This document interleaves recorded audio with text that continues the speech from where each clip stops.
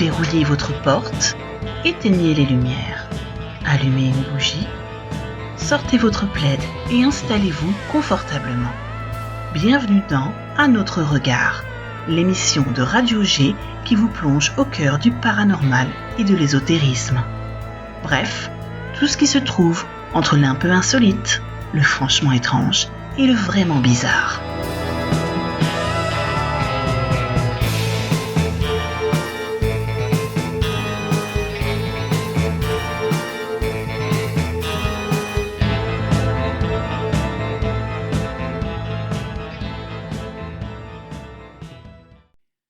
Ce soir, dans Un autre regard, nous vous invitons à franchir les frontières du visible et à écouter ce que le monde parfois tente de nous murmurer. D'abord, nous nous arrêterons devant ces statues qui pleurent, icônes sacrées ou silhouettes oubliées qui depuis des décennies défient la science et bouleversent les croyants. Larmes d'eau, de sang, parfois même de parfum, simples phénomènes physiques ou messages venus d'ailleurs. Nous plongerons au cœur des enquêtes, des analyses et des récits qui ont fasciné ces mystères. Puis, nous descendrons aux profondeurs du vivant pour écouter les bruits de la terre. Ces voix, ces sons fascinants, déroutants, parfois inquiétants, captés aux quatre coins du globe. Vibrations naturelles ou grondements inexplicables, la planète nous parle et nous allons tenter de comprendre son langage. Enfin, nous pousserons les portes des maisons qui refusent d'être habitées, ces lieux où rien ne semble vouloir rester en place. Pannes étranges, atmosphères lourdes, incidents répétés. Jusqu'où un lieu peut-il influencer ceux qui y vivent et pourquoi certains bâtiments semblent-ils rejeter leurs occupants? 3 mystères, 3 façons d'interroger le réel et peut-être d'en révéler l'envers. Bienvenue dans Un autre regard. Imaginez une petite église de campagne, silencieuse, presque oubliée du temps. Quelques bougies tremblotent devant une statue de la Vierge au regard doux. Leurs flammes projettent des ombres vacillantes sur les murs humides. Une femme entre, s'agenouille, prie, et soudain elle s'interrompt. Sur les joues de la statue, une larme roule, une vraie larme, brillante, qui glisse lentement jusqu'au bord du voile. Elle croit d'abord à une illusion, à la lumière qui joue sur le plâtre. Mais non, d'autres la voient, s'approchent, murmurent, s'émeuvent, et très vite, la rumeur enfle. On parle parfois de miracles, de signes divins, de la Vierge qui pleure la douleur des hommes. Des scènes comme celle-ci, il s'en produit des dizaines à travers le monde, en Italie, au Japon, en Argentine, aux États-Unis, parfois même en France. Des statues religieuses, souvent des vierges, qui se mettent à pleurer, à verser des larmes d'eau, de sang, d'huile parfumée ou de liquide impossible à identifier. Phénomène mystique, canular habile, manifestation collective d'émotions, entre foi et science, ferveur et scepticisme, ces larmes interrogent, car elles semblent franchir une frontière, celle qui sépare la matière inerte du vivant, le visible de l'invisible. Aujourd'hui, dans Un autre regard, nous allons explorer ce mystère troublant, celui des statues qui pleurent, celles qui défient la raison, bouleversent la foi et parfois transforment à jamais la vie de ceux qui en ont été témoins. Les premiers cas modernes qu'on peut citer, c'est Syracuse en 1953, c'est un peu le cas fondateur. Alors nous sommes en Italie, dans la Sicile d'après-guerre, Syracuse, port animé mais encore marqué par la pauvreté et les cicatrices du conflit, voit naître un événement qui va bouleverser la foi de ses habitants. Dans un quartier populaire, Antonina Giusto, jeune mariée d'à peine 20 ans, reçoit de sa famille une statuette de la Vierge pour son mariage, un geste symbolique chargé de bénédiction et de protection. Quelques semaines plus tard, un soir, Antonina remarque un phénomène étrange. De fines gouttes apparaissent sur les yeux de la statuette. Alors au début, elle pense à de la condensation ou à un accident, mais en observant attentivement, elle comprend qu'il s'agit de véritables larmes. Donc elle partage son étonnement avec sa famille qui finit par prévenir les voisins. Rapidement, des dizaines de personnes viennent constater le même phénomène, Le bruit se répand et attire l'attention du clergé local. Le curé du quartier, intrigué mais prudent, invite des prêtres de Syracuse à examiner cette fameuse statuette. Des journalistes, curieux de cette histoire insolite, commencent également à se déplacer. Même des médecins sont consultés. Des analyses sont réalisées sur le liquide. Un résultat scientifique, 98% d'eau, avec des traces minimes de sels humains. Une composition qui ne permet pas de trancher en fait entre un phénomène naturel et un miracle. L'Église mène une enquête approfondie et après plusieurs mois de témoignages, de vérifications, de recoupements, elle finit par authentifier le phénomène comme un miracle, faisant de Syracuse le cas fondateur des statues pleurant de la Vierge dans le monde moderne. Je ne pouvais pas croire mes yeux, la statue semblait vivre, ses larmes glissaient doucement, comme si elle partageait notre douleur, racontait un voisin. Alors dans les années 70 à 90, on a une vraie multiplication des cas. Alors à partir des années 70, le phénomène prend une dimension internationale. Des statues qui pleurent apparaissent dans le monde entier, souvent à des périodes de tension sociale ou religieuse. Alors on peut citer le cas d'Akita au Japon en 1973. Une religieuse, sœur Agnès Katsuko, observe la statue de la Vierge pleurer à plusieurs reprises, 101 fois, devant des centaines de témoins. Certains voient ces larmes un signe d'avertissement face à la montée de l'athéisme et à la perte des valeurs spirituelles. Les pèlerins, en tout cas, affluent du Japon tout entier et même des journaux internationaux relaient l'histoire. Dans les années 70, des statues dans l'état de Kerala en Inde pleurent, parfois accompagnées d'odeurs de parfums floraux inexpliqués. Les habitants interprètent ces manifestations comme des messages divins, appelant à la prière et à la paix. Et dans les années 80, c'est en Argentine, dans un petit village, rapportent des statues pleurant, juste après des périodes de crise politique et sociale. Les témoins racontent que leurs larmes coïncident avec des événements douloureux comme la perte d'êtres chers ou des catastrophes locales. Et que ce soit aux États-Unis ou en France, de nombreux cas sont documentés, souvent accompagnés de rassemblements de fidèles. Les médias jouent un rôle central dans cette diffusion. Certains sceptiques y voient des effets psychosomatiques collectifs, tandis que d'autres considèrent ces événements comme authentiques et miraculeux. Alors ces manifestations, en tout cas, semblent réagir aux épreuves humaines, guerre, crise économique, tensions sociales. On pourrait dire que ces statues pleuraient avec le monde, comme si elles partageaient la douleur et les épreuves de l'humanité. Alors comme si, chaque fois que le monde pleurait, les statues pleuraient avec lui. Ça, c'est ce que confie un prêtre italien à un journaliste dans les années 70.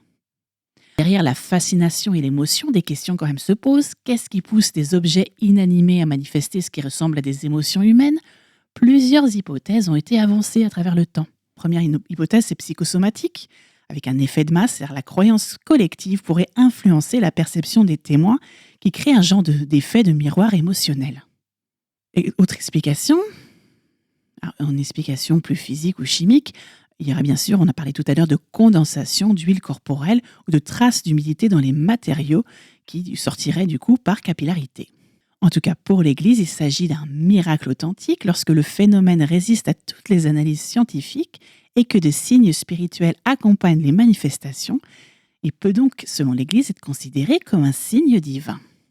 Le cas de Syracuse reste le modèle étudié, mais ces événements des années 70 à 90 montrent en tout cas que le phénomène il est global, répétitif et souvent relié aux crises humaines, ce qui alimente à la fois bien sûr, la curiosité scientifique et la fascination médiatique.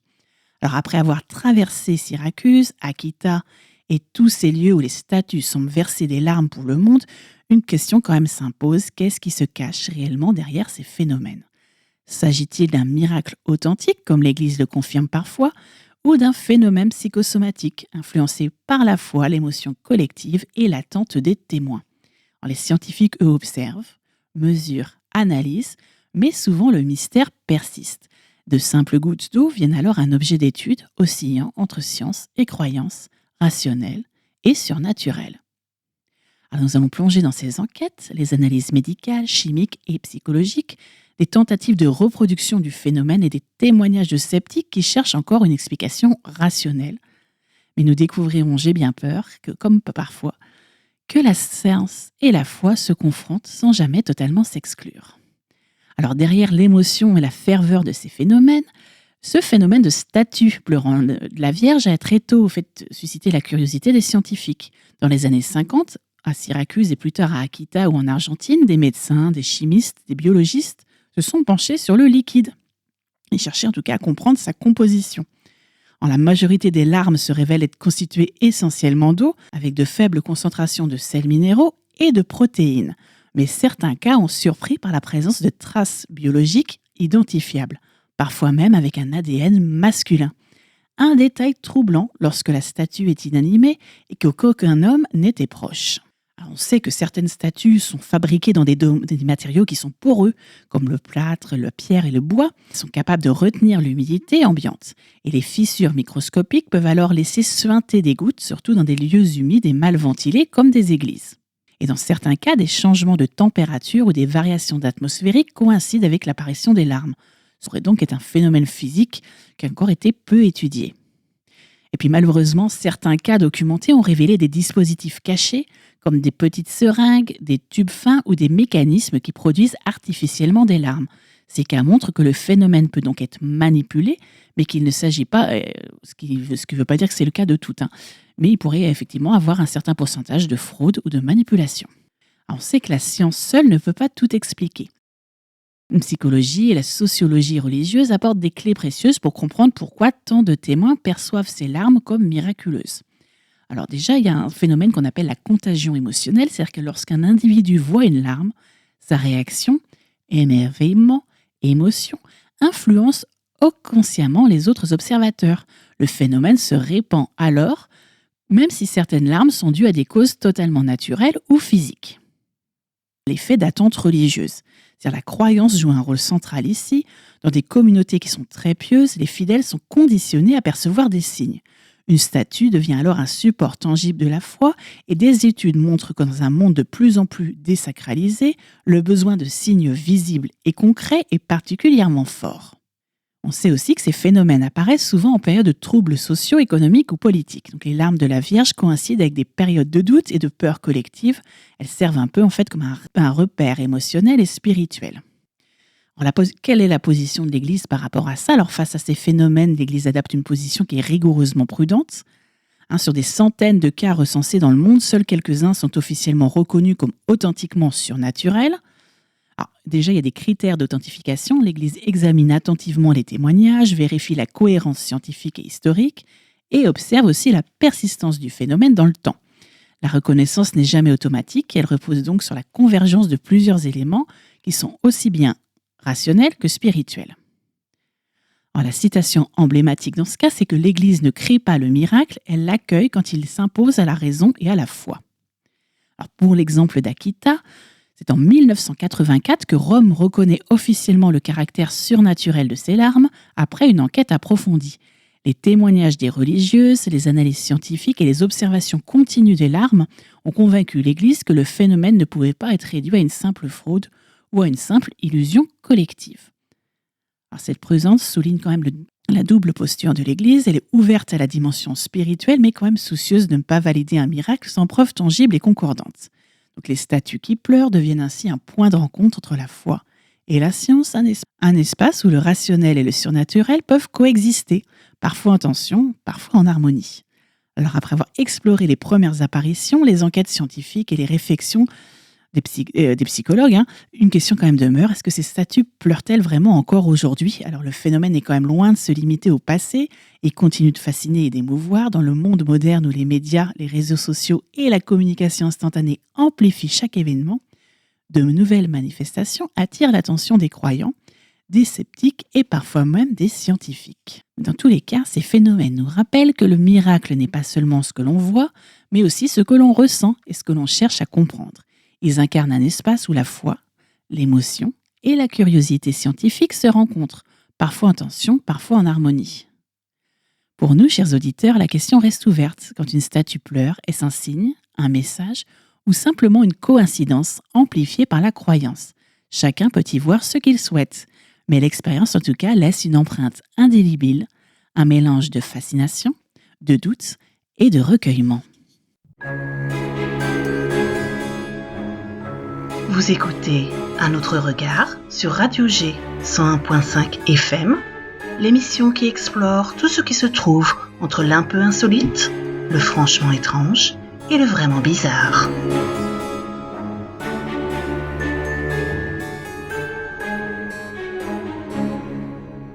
Alors après ce petit titre de Ghost, nous sommes toujours sur Radio G Angers, vous êtes dans l'émission Un autre regard.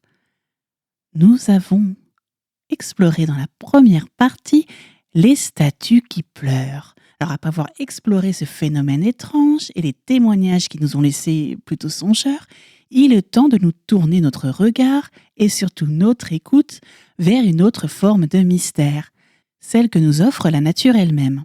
Car la Terre, parfois, semble vouloir nous parler, et le fait à travers des sons si étranges, si surprenants, qu'il défie toute explication simple. Alors dans cette seconde partie, nous allons plonger au cœur des voix de la Terre, de ces sons, ces murmures, ces grondements, tous ces chants mystérieux qui semblent surgir du sol, de l'eau ou parfois du vent, et tenter de comprendre ce qu'ils peuvent nous révéler. Alors, la nature ne cesse bien sûr de nous fasciner, elle fascine l'homme depuis des millénaires, elle ne limite pas à ses paysages majestueux, à sa faune et à sa flore foisonnantes, elle possède également une dimension sonore unique, souvent insaisissable et parfois profondément marquante. Ces sons mystérieux, parfois à peine perceptibles, parfois inquiétants, sont autant de voix qui semblent émaner de la Terre elle-même, comme si notre planète cherchait à communiquer avec nous.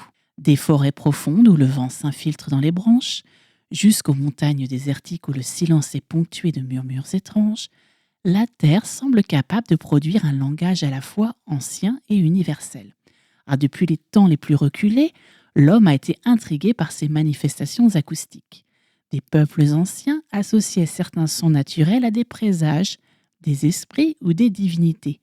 Les rivières qui grondent, les échos mystérieux dans les canyons, les craquements des glaciers ou encore des bourdonnements sourds des volcans ont tous inspiré des mythes, des légendes et des croyances. Les scientifiques, eux, ont longtemps cherché à comprendre ces phénomènes, tentant de séparer le réel de l'imaginaire, l'explicable du mystérieux.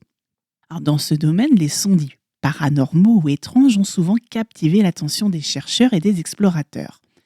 Des bruits inexpliqués dans des zones reculées, des vibrations sourdes ressenties plutôt qu'entendues, des chants semblant provenir de nulle part.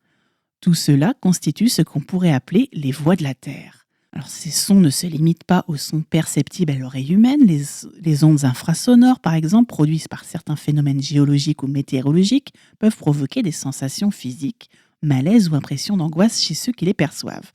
Des enregistrements modernes réalisés à l'aide de capteurs sophistiqués révèlent que la Terre est constamment animée par un concert inaudible, oscillant entre murmures et grondements, capable de raconter l'histoire de ses forces internes et de ses transformations. Ils ont nourri l'imaginaire humain, donné naissance à des récits où la nature elle-même devient un personnage à part entière. Mais ils posent également des questions scientifiques et philosophiques. Que disent ces sons ? Sont-ils simplement le fruit d'un processus naturel complexe ou recèlent-ils un message plus profond ? Une façon pour la Terre de se faire entendre. Dans cette exploration, on va plonger au cœur de ces voix. Nous tenterons de comprendre les mécanismes, l'origine, de découvrir les endroits où ils se manifestent de plus en plus intensément. Alors, premier son remarquable, ce qu'on appelle le bloop. Alors, c'est l'un des exemples les plus célèbres de ces voix, c'est le bloop. Alors, c'est un son qui est sous-marin, ultra puissant, qui a été enregistré en 1997 par des hydrophones de la National Oceanic and Atmospheric Administration, donc le NOAA, dans le Pacifique. Alors, il a été détecté par plusieurs milliers de kilomètres des capteurs. Il est d'une fréquence qui est ultra basse et d'une amplitude qui est absolument exceptionnelle. Alors, au début, il y a des spéculations qui ont évoqué une créature marine inconnue, puis l'hypothèse qui est retenue par le fameux NOAA, c'est celle d'un cryoséisme et d'un phénomène de glace, donc ce qu'on appelle un icequake, donc la fracture d'un énorme iceberg ou la cassure d'un glacier. Alors, ces cas montrent que c'est des phénomènes naturels géologiques ou cryosphériques, peuvent produire des sons d'une puissance qui est absolument exceptionnelle, mais qui reste néanmoins difficilement localisable et interprétable. Alors, autre son, après le bloop, vous avez le Taos hum. ce qu'on appelle les hums analogues. Alors, c'est un autre phénomène clairement qui est lui plus terrestre, plus souterrain, et ce qu'on appelle the hum. C'est plus précisément the Taos hum. C'est un bourdonnement ou un grondement qui est basse fréquence qui est rapporté depuis les années 90 à Taos, au Nouveau-Mexique, aux États-Unis. Alors, une étude de 162 témoins, on va dire, auditeurs, a montré que ce phénomène affecte environ 2% de la population locale dans certaines zones. Alors, les fréquences associées sont très basses, on est entre 30 et 80 Hz selon les personnes, et les sensations peuvent être variables. L'étude conclut que pour une majorité de ces entendants, il pourrait s'agir d'une variante d'un acouphène basse fréquence plutôt qu'effectivement d'un son externe. Alors ce phénomène, il reste quand même particulièrement inexpliqué. Certains voient un effet environnemental, d'autres voient une source interne, auditif ou géophysique. Il illustre bien en tout cas la frontière entre un phénomène sonore naturel et le perceptif de la personne. On a également le hum planétaire, ce qu'on appelle, qui est dû aux oscillations de la Terre. Donc au-delà de ces sons qui sont très localisés, les scientifiques ont découvert que la Terre émet un bourdonnement permanent, qu'on appelle parfois Earth's hum. Alors il est détecté non pas par l'oreille humaine, mais par des sismomètres. Alors c'est des oscillations à basse fréquence qui traversent le globe même en l'absence de séances perceptibles. L'hypothèse retenue, c'est que les ondes océaniques qui interagissent sur les plaques continentales génèrent des micro-mouvements continus dans la croûte terrestre. Alors, ce type de phénomène montre combien la planète est vivante et que d'un point de vue géophysique, elle émet en permanence des signaux que notre oreille ne capte pas directement. Plusieurs mécanismes scientifiques en fait permettent de donner un cadre à ces phénomènes. On a tout ce qui est ondes infrasonores, donc les ondes de fréquence très basse qui sont inférieures à 20 Hz peuvent se propager sur des très grandes distances sans être atténuées comme les sons audibles. Elles sont émises par des phénomènes tels que les volcans, les tremblements de terre, les avalanches ou les conditions atmosphériques. On sait également que même en l'absence de séismes majeurs, il y a quand même des micro-mouvements de la croûte terrestre qui peuvent produire des vibrations qu'on va percevoir en fait comme des grondements ou des bourdonnements. C'est là qu'on vient le terme de subterranean rumbling qui illustre du coup ce phénomène. Phénomènes qui sont liés à la glace, à la fracture d'iceberg ou à la rupture du coup de structures cryosphériques qui peuvent générer des sons. Donc là, c'est tout ce qui est glace, glacier. Alors, ce qu'on peut retenir de toute façon pour cette émission, c'est que du point de vue scientifique, ces voix de la Terre sont des manifestations naturelles, certes impressionnantes, parfois mal comprises, mais en tout cas bien fondées. Elles nous rappellent que la Terre est un système dynamique, toujours en mouvement. Alors toutefois, avec la science la plus rigoureuse, certains phénomènes restent quand même partiellement inexpliqués. On ne connaît pas l'origine exacte, on ne connaît pas la localisation, et on a du mal à comprendre le système de propagation. Alors, c'est bien sûr ce qui ouvre la porte à l'étonnement. Alors, au-delà de la science, plusieurs traditions et approches alternatives voient pour ces sons mystérieux une dimension de message, de communication ou de réveil. Alors certains cosmologistes considèrent la planète comme un être vivant qui est doté de cycles un petit peu respiratoires, de battements, d'impulsions énergétiques. Alors dans ce cadre, les grondements terrestres ou les bourdonnements sont des voix de la Terre qu'elle adresse à l'humanité pour nous alerter, nous inviter à l'écoute et à la transformation. Alors, les phénomènes acoustiques qui sont rares ou inaudibles, comme les infrasons, peuvent être interprétés comme des signaux que seuls certains récepteurs peuvent entendre, des médiums, chamans, témoins sensibles. On a rejoint l'idée que la nature a des langages qu'il appartient à l'homme de réapprendre. La Terre se parle à elle-même, la nature manifeste sa présence à travers le son. Alors, même si la science couvre en grande partie ce phénomène, il reste essentiel de se rendre compte des vécus humains. Donc, dans les zones qu'on disait tout à l'heure affectées par The Hum, comme il y a à Taos, il y a une version à Windsor en Angleterre, des habitants rapportent des bourdonnements inaudibles pour d'autres. Des effets de malaise, de fatigue, parfois des troubles du sommeil. Une étude de 2016 indique que dans 73% des cas, les personnes rencontrent au moins une caractéristique typique. Battement en phase avec un son extérieur, rotation de la tête modifiant le son, délai. Pour le bloop, les chercheurs de la fameuse NOAA, donc le National Oceanic and Atmospheric Administration, un organisme scientifique américain, du coup, ont expliqué que le son était si puissant qu'il a été détecté à plus de 4800 km de distance. Alors, qu'avons-nous entendu dans cette exploration des voies de la Terre? Des grondements sourds dans le Nouveau-Mexique, des bourdonnements mystérieux qui sont à Windsor ou à Bristol, le célèbre bloop des profondeurs du Pacifique, des sons qui sont puissants et étranges, qui ont fasciné autant les scientifiques que les habitants. Alors la science, bien sûr, nous offre des explications solides, microséismes, écoulements magmatiques, les fameux icequakes. Au-delà des hypothèses scientifiques, ces sons interviennent aussi à une écoute plus subtile, plus spirituelle. Et si la Terre, comme un être vivant, essayait de communiquer? Et si ces vibrations étaient des appels à notre attention, des messages pour nous qui ne savons pas encore les décoder? Ainsi, ces voix mystérieuses, ces sons, nous rappellent que notre planète est en perpétuel mouvement, en constance de vibration, et que nous en faisons partie de ce grand système vivant. À nous d'apprendre les codes, à l'écouter, non seulement avec nos oreilles, mais avec notre sensibilité, notre intuition et notre conscience. Car dans le silence, dans le grondement ou dans le bourdonnement, la Terre parle, et il nous appartient de tendre l'oreille. Alors après avoir écouté les grondements et les murmures mystérieux de notre planète, il est fascinant de constater que la Terre elle-même peut manifester une présence, émettre des signes que nous peinons encore à comprendre. Dans la prochaine partie, nous allons explorer ces maisons qui semblent refuser d'être habitées, où les propriétaires se heurtent à des pannes inexplicables, des accidents répétitifs ou à une atmosphère oppressante. Nous découvrirons des exemples célèbres, des analyses géobiologiques et des interprétations plus ésotériques, pour tenter de comprendre si certains lieux possèdent une conscience propre ou sont gardés par des genres de forces invisibles. Mais avant cela, je vous propose une petite pause musicale avec Lanterns on the Lake. Vous êtes de retour sur Radio G Angers 101.5 FM et vous pouvez également nous écouter sur le www.radio-g.fr ou rattraper les émissions que vous avez manquées.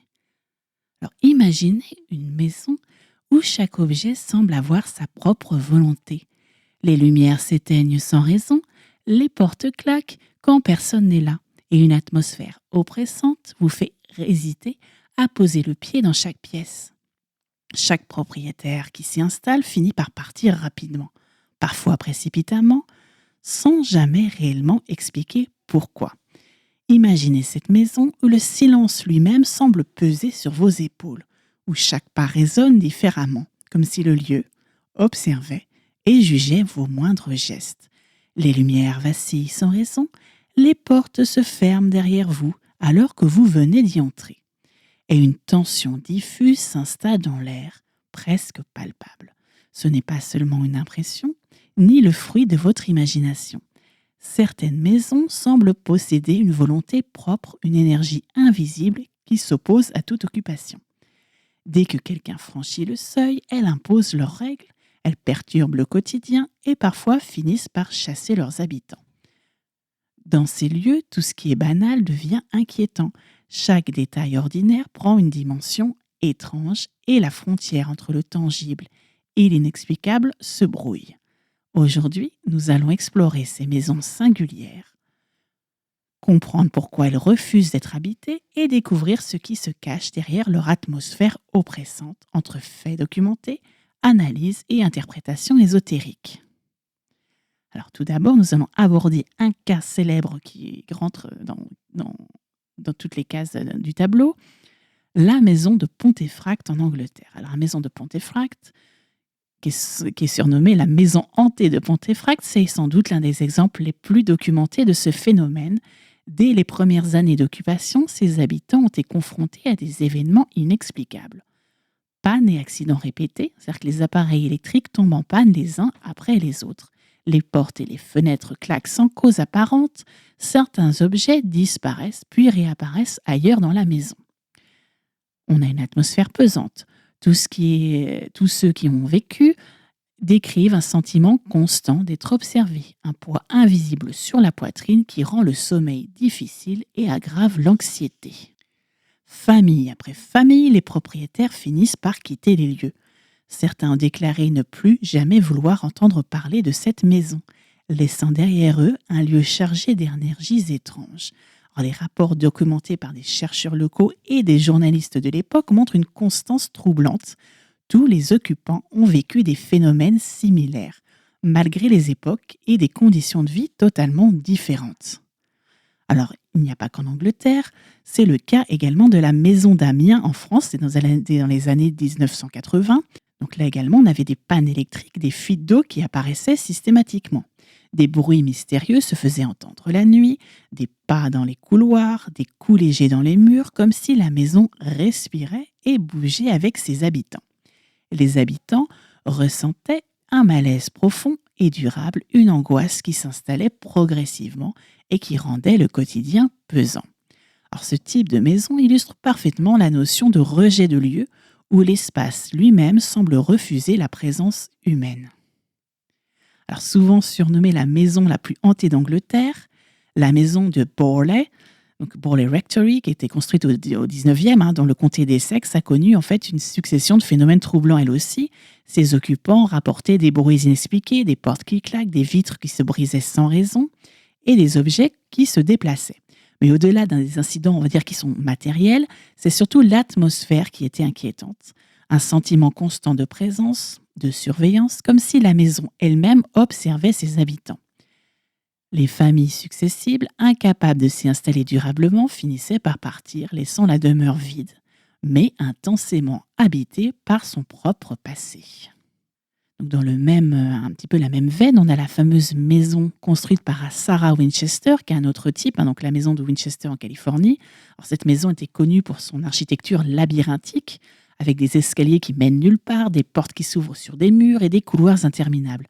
Alors, selon les témoignages historiques, Sarah Winchester pensait que ces constructions complexes détourneraient les esprits qui la hantaient. Les visiteurs et les ouvriers qui s'y trouvaient rapportaient un malaise profond, des accidents étranges et une impression de désorientation constante. La maison, par sa structure et son histoire, semble refuser un usage normal qu'on imposerait à ce genre de demeure. Rendue célèbre par l'affaire d'Amityville dans les années 70, on est dans le comté de New York, cette maison, donc la maison d'Amityville, a été également le théâtre d'événements troublants pour ses habitants. On pense à les membres de la famille Lutz qui ont emménagé peu après un meurtre tragique survenu dans la demeure et qui ont décrit une série d'incidents inexpliqués, bruit de pas, odeurs inhabituelles, mouvements d'objets, variations de température. Bien que l'aspect médiatique ait popularisé l'affaire, les témoignages des habitants évoquent un sentiment persistant de rejet du lieu, une atmosphère pesante et oppressante qui a conduit la famille à quitter la maison au bout de quelques semaines seulement. Alors, tous ces exemples montrent bien à quel point certaines maisons semblent échapper au contrôle de leurs occupants. Mais derrière ces histoires d'angoisse, de ces portes qui claquent, de ces événements et de ces départs précipités, il existe des pistes plus tangibles, des éléments que la science et la géobiologie en tout cas tentent d'expliquer. Alors comment certaines maisons peuvent-elles influencer le temps, le corps et l'esprit de ceux qui y vivent ? Pourquoi ces lieux se révèlent hostiles à l'installation humaine, au point que chaque famille finit par partir ? C'est ce que nous allons explorer maintenant, en examinant les caractéristiques physiques et énergétiques de ces maisons. Alors, certaines maisons qui semblent refuser d'être habitées possèdent des caractéristiques qui peuvent être observées et étudiées par la science. Alors, ces observations offrent, on va dire, un éclairage fascinant sur l'interaction entre le lieu et les habitants, sur des raisons pour lesquelles certains espaces nous paraissent impraticables ou hostiles. Alors, parmi les pistes les plus étudiées se trouvent les failles telluriques, ces fractures naturelles du sol où les énergies de la Terre se croisent et se combinent. Alors, dans les maisons qui sont situées en tout cas sur ces failles, les champs électromagnétiques peuvent être perturbants et des ions positifs ou négatifs en excès peuvent se répandre dans l'atmosphère. Les personnes qui y vivent ressentent souvent une fatigue persistante, des migraines inexpliquées, une sensation de lourdeur ou d'oppression, comme si la maison elle-même exerçait une genre de pression invisible. Dans certains cas, ces anomalies peuvent même modifier la perception du son et de la lumière, renforçant l'impression que le lieu est vivant et qu'il rejette toute présence humaine. Alors, ces perturbations géobiologiques, bien que subtiles, constituent une explication partielle à la répétition d'incidents matériels ou à l'inconfort psychologique rapporté par les occupants. Alors, au-delà de ces idées de failles, la théorie dite de la mémoire des murs propose que les matériaux d'une maison, alors qu'il s'agisse de la pierre, du bois ou des briques, peuvent accumuler l'énergie des événements qui s'y sont déroulés. Les traumatismes, les accidents, les violences ou les tragédies marquantes laissées dans le passé pourraient laisser comme une empreinte subtile dans la structure même du bâtiment. Les nouveaux bâtiments, même sans connaître l'histoire exacte de la maison, peuvent ressentir ces énergies sous forme de malaise, des tensions physiques ou psychiques, des cauchemars récurrents ou d'une sensation constante d'être observé. C'est un petit peu comme quand lorsque vous rentrez dans une pièce où deux personnes viennent de se bagarrer ou viennent de s'engueuler, on sent effectivement que l'atmosphère est chargée. On est capable de ressentir, on va dire, l'hostilité du lieu. Alors, dans la maison de Pontefract, par exemple, les analyses ont mis en évidence des anomalies électromagnétiques et des vibrations inhabituelles, qui semblaient perceptibles uniquement par les habitants et qui correspondaient parfaitement à des épisodes de malaise rapportés. Alors, ces constatations montrent que les phénomènes vécus par les occupants ne révèlent pas uniquement de l'imaginaire, mais peuvent avoir des manifestations qui sont mesurables et objectives. D'autres études documentées viennent compléter ce constat. Dans la maison de Pontefract, il y a eu des relevés précis qui ont montré que les champs électromagnétiques avaient été systématiquement supérieurs à la normale lors des visites sur place. Et ces anomalies semblaient directement corrélées avec de l'inconfort et le stress ressenti par les habitants. À Amiens, c'est des variations brusques et inexpliquées de température et d'humidité qui accentuaient l'impression d'oppression et rendaient certaines pièces particulièrement difficiles à occuper. Alors même si ces observations ne permettent pas de comprendre entièrement les phénomènes, elles suggèrent que certaines maisons interagissent avec leur environnement de manière tangible et persistante, et que ce lien invisible entre le lieu et ses occupants peut engendrer un rejet réel et répétitif. Il apparaît donc que certaines maisons possèdent des particularités physiques et énergétiques capables d'influencer profondément la vie de ceux qui tentent d'y habiter. Alors ce constat, il est à mi-chemin finalement entre la science et le mystère. Il montre que le rejet ressenti par les habitants n'est pas seulement subjectif. Il pourrait s'agir effectivement d'une interaction complète entre le lieu, ses caractéristiques géophysiques et l'histoire qu'il a traversée, et qui transformerait certaines maisons en lieux que l'on ne peut pas habiter durablement sans en subir les conséquences. Alors si finalement la science nous offre des pistes intéressantes, elle ne parvient pas à tout expliquer. Les relevés électromagnétiques, les anomalies de température, la mémoire des murs éclairent quand même certains aspects, mais ils ne rendent pas compte de certaines impressions étranges, presque conscientes, que certaines maisons semblent imposer à leurs habitants. Alors pour tenter de comprendre l'intensité du malaise, la persistance des incidents et la répétition des départs, il faut parfois se tourner vers des approches, on va dire, plus anciennes, issues de l'ésotérisme et de la tradition, qui envisagent ces lieux comme des entités à part entière, capables d'influencer le monde des vivants.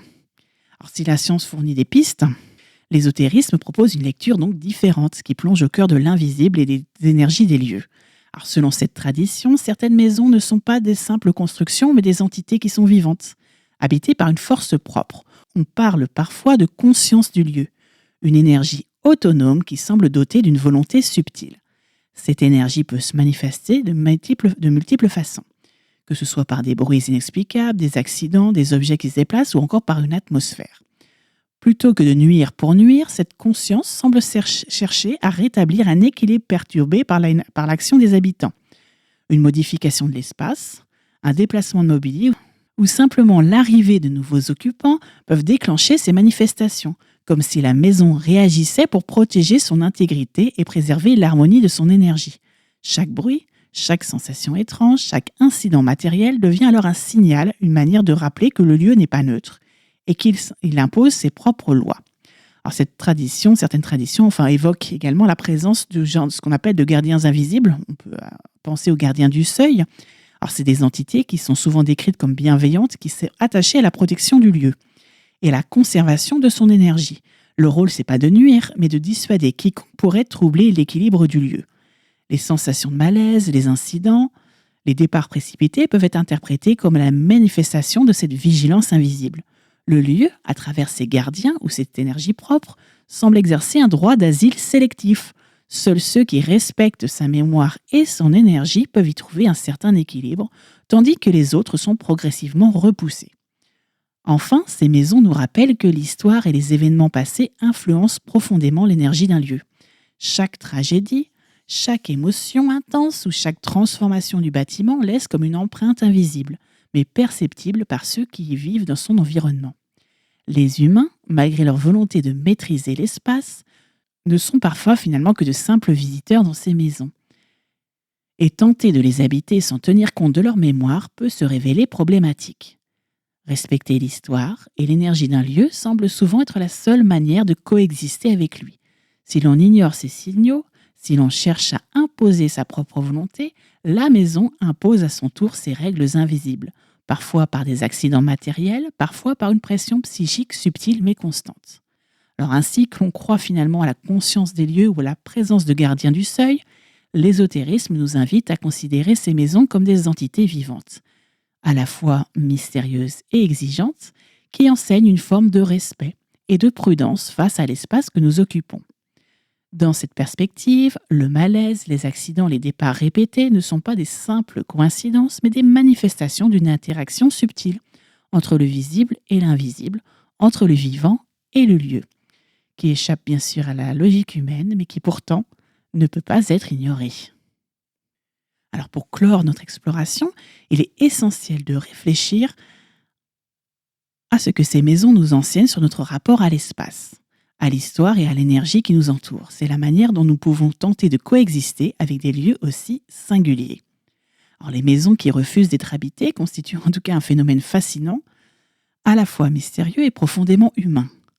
Les exemples que nous avons vus ensemble de Pontefract, d'Amiens ou encore de Borley ou de Winchester montrent que ces lieux ne sont en tout cas pas de simples constructions, ils interagissent avec ceux qui y tentent d'y vivre, influencent leur quotidien, leur perception et même leur état psychique. Alors, d'un point de vue scientifique, les relevés électromagnétiques, les anomalies, les failles telluriques fournissent un cadre d'explication partiel. Mais ces éléments suggèrent aussi que certaines maisons exercent une influence mesurable sur les occupants, provoquant malaise, accidents répétitifs ou tensions physiques et psychiques. Même avec ces outils, une part en tout cas du mystère demeure. Les maisons continuent à intriguer et à inquiéter, précisément parce que les mesures scientifiques ne suffisent pas à rendre compte de l'ensemble des phénomènes observés. Alors, au croisement de la science et de l'ésotérisme, ces maisons nous enseignent une leçon universelle. L'espace que nous occupons n'est jamais vide. Il est porteur d'une histoire, d'une énergie et parfois d'une volonté qui dépasse notre compréhension. Alors qu'il s'agisse d'ondes électromagnétiques, de vibrations accumulées dans les murs ou de forces invisibles guidant le cours des événements, ces lieux imposent en tout cas une interaction constante entre les êtres qui s'y trouvent. Les départs répétés de leurs occupants ne sont pas de simples coïncidences, mais une manifestation du genre de dynamique subtile entre le vivant et le lieu. Une danse invisible qui ne laisse pas dominer par la volonté humaine. Enfin, ces maisons nous invitent à réfléchir à notre rapport au monde matériel et au monde immatériel. Elle pose une question essentielle. Jusqu'où l'homme peut-il prétendre dominer son environnement? Et comment reconnaître la présence et l'influence des forces qui nous entourent? Observer, écouter, respecter et parfois se retirer peut être la seule manière d'approcher ces espaces sans subir leur rejet. Ces maisons, avec leurs mystères, leurs histoires, leurs énergies, deviennent alors bien plus que des bâtiments. Elles deviennent le témoin silencieux de l'histoire humaine, gardiennes d'un équilibre invisible que seule l'attention et le respect permettent d'appréhender. Alors qu'on choisisse de les aborder par la science ou par l'ésotérisme, ces maisons restent en tout cas des énigmes fascinantes. Elles rappellent que le monde qui nous entoure est bien plus complexe, vivant et sensible que notre perception quotidienne. En fin de compte, les maisons qui refusent d'être habitées nous rappellent que l'espace que nous occupons en tout cas n'est jamais neutre. Chaque pierre, chaque mur, chaque plancher de bois peut porter l'empreinte d'événements passés, d'énergie accumulée et d'une conscience invisible qui veille sur le lieu. Vous écoutez Un autre regard sur Radio G 101.5 FM, l'émission qui explore tout ce qui se trouve entre l'un peu insolite, le franchement étrange et le vraiment bizarre.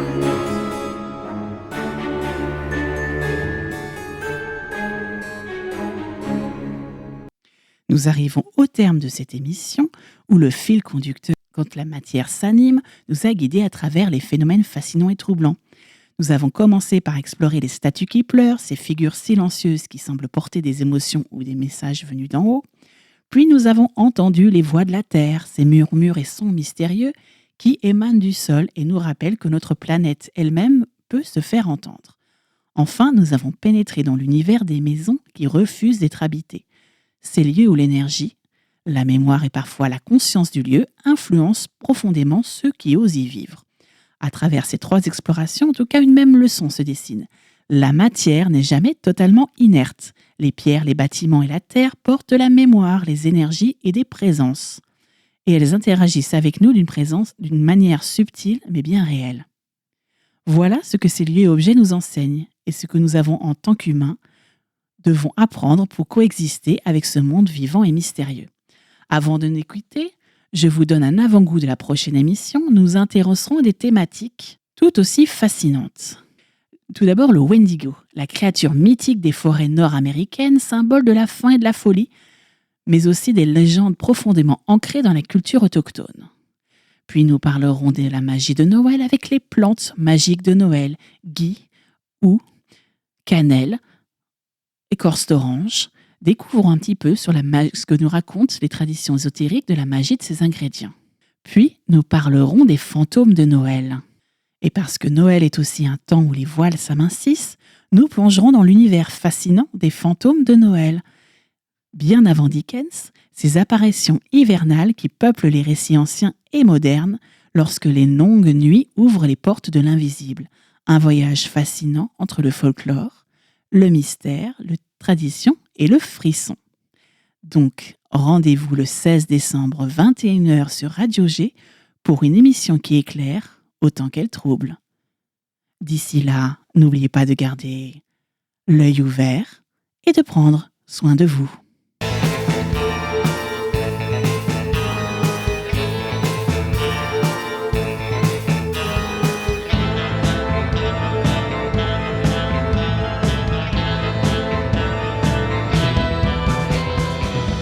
N'oubliez pas, le paranormal, l'ésotérisme ne sont pas seulement des domaines de l'imaginaire, mais des invitations à voir le monde sous un angle nouveau, à questionner nos certitudes, nos habitudes et à enrichir notre existence tout en gardant notre esprit critique.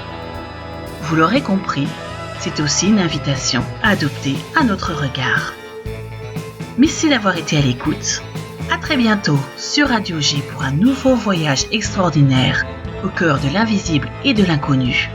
Alors, restez curieux, ouverts d'esprit et prenez soin de vous.